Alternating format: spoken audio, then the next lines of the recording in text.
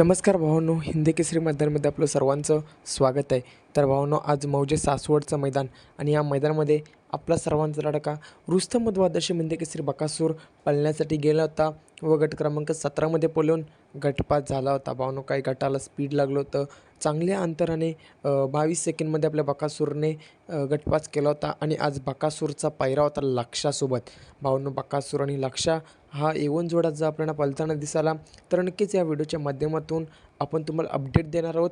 बकासूर आणि लक्ष्या कोणत्या सेमीमध्ये पळताना दिसणार, कारण सर्वांना आतुरता असते बकासूरचा सेमी बघण्यासाठी.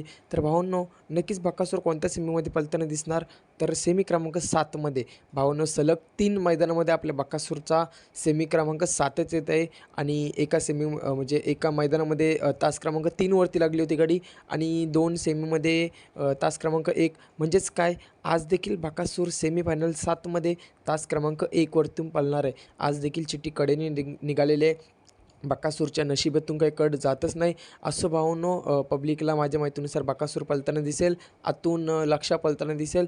तर नक्कीच व्हिडिओ आवडले असेल तर चॅनलला सबस्क्राईब करून या व्हिडिओला लाईक करायला विसरू नका आणि या कडबद्दल तुम्हाला काय वाटतोय कमेंटच्या माध्यमातून आपल्याला कळवायला विसरू नका. भेटूया पुढच्या व्हिडिओमध्ये. धन्यवाद भावांनो.